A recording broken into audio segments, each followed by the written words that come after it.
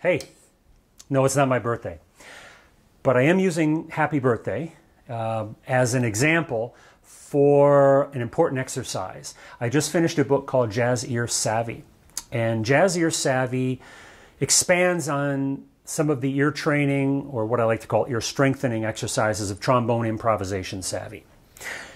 I've created a bunch of new exercises, and I've come up with some interesting ideas here, and I want to float one by you right here on this short video. And you should get your horn out, because I want this to be interactive. You're going to get much more out of it if you play with some of the things I'm going to recommend. In fact, you'll get very little value if you don't. So pause the video, go get your horn. If you're watching this and you're outside of your studio or you can't play, get the video out later and play it. So the first exercise I want to give you, though, is not with the instrument. And what I want you to do is I want you to sing or hum or whistle or conjure up in your mind anything but the instrument, playing Happy Birthday, and start on this note. Right? So go for it.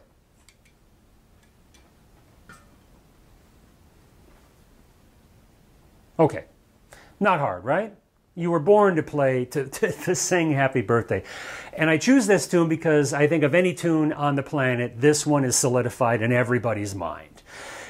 And the point of the ear training exercise is to connect the music inside our mind with our instrument, because I think that is the central challenge of improvisation.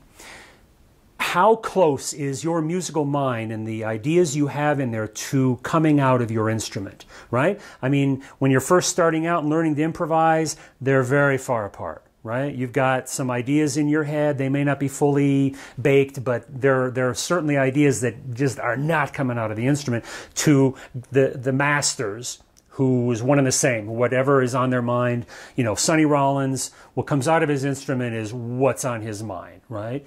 So I think that is the goal. And let me give you a few exercises here in this video to help you bridge that gap a little bit. So take your horn out, and now let's play Happy Birthday. And we'll play it in the same key. And this starting note.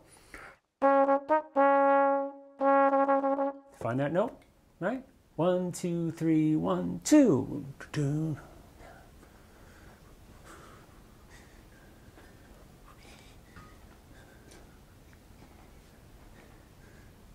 Okay, sorry about my crappy conducting, but I was just trying to do something while you played. What was the difference? What was the difference between when you just played that and when you sang, hum, thought it, right? More difficult, probably, right? And that points us to a central issue about being better at improvising, bridging that gap between the mind and the horn. So I think that may have given you a little bit of an indication about where you're at. And this is not pass-fail. This is not an indictment of your musicality. A friend of mine in a major symphony told me not too long ago that many, he might have said most, but many of his fellow players could not do that. They could not play any tune without music in random keys. All right. So if you're struggling with that, you're in good company. All right. But I want to help you get better at it. So now first of all, that was a tough key, by the way. That was in G flat. All right. Your singing in G flat was no big deal, right? When you sing, you don't think, oh my God, there's too many flats. I can't. But when we put the instrument to our face, now, you know, especially if you play trombone, I'm prejudiced, it's a hard key, it's not very intuitive, right? All of the mechanics bear. So let's see if we can shed some of the mechanics and have more of a flow here. Let's try Happy Birthday and get your horn and play it in with this starting note. Okay. 1, 2, 3, 1, 2.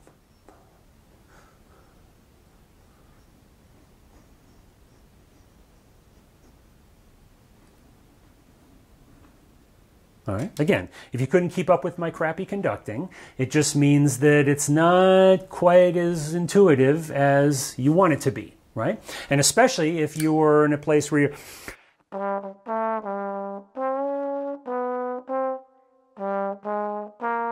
Right? If you're hunting for notes, That's actually a good thing because it's pointing you in the direction of something you can work on.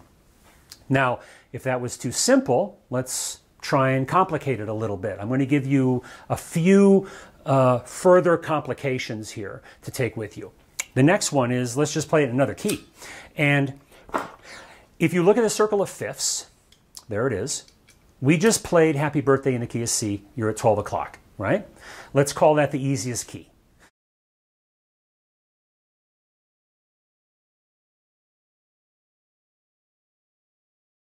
The further toward the top you are, theoretically, the easier the keys are, although guitar players, they don't have a problem playing in E. Trombone players, I can tell you that it's not the most intuitive key, nor for, I think, any horn, right?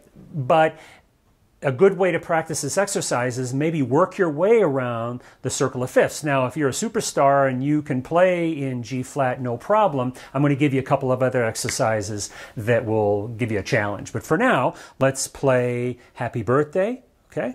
And we'll start with this. So got 1, 2, 3, 1, 2.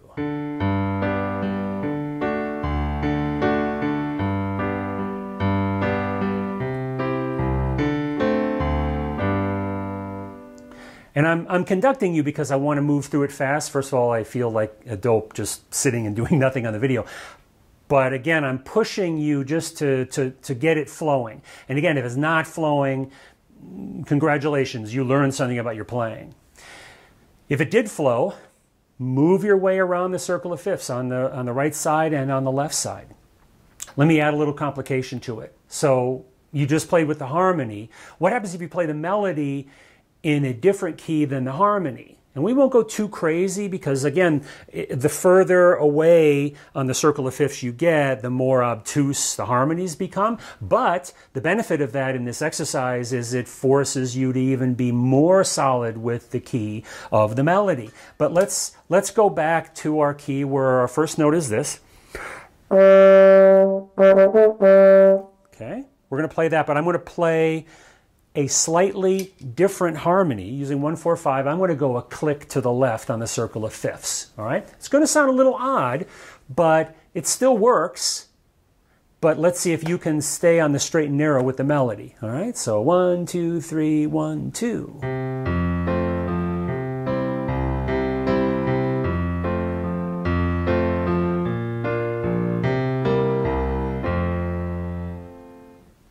How'd you do?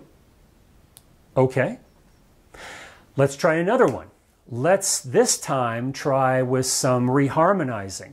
I've done a little bit of reharmonizing, kind of a la jazz changes for Happy Birthday. Let's see how this works out. Let's play in another key. Let's move our way down the circle of fifths and let's start our Happy Birthday on this note. Got that note? Right? So jazz reharmony. 1, 2, 3, 1, 2.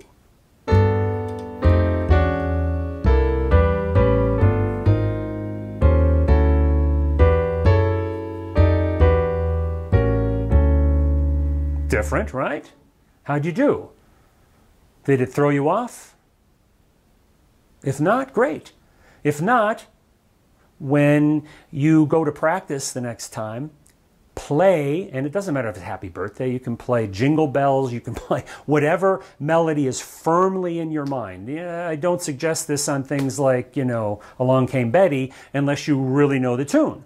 Because if you struggle with the tune itself in the original key, you got no shot in this. And the idea here is being able to just express what's in your head, and you've got to have the tune in your head to begin with. Now, obviously, the objective is, you know, to be able to do this with all the things you are, and to be able to silently hear the changes as they go. You're anticipating. You hear where the tune goes. You know the melody in your sleep. That's a great opportunity. Play all the things you are in different keys, right? Start on D flat. Start on G flat. Start on other keys. Work your way around the circle of fifths. Try this. Leave me a comment. I'd love to hear your thoughts. Is this too easy? Is this too hard? Is this too stupid?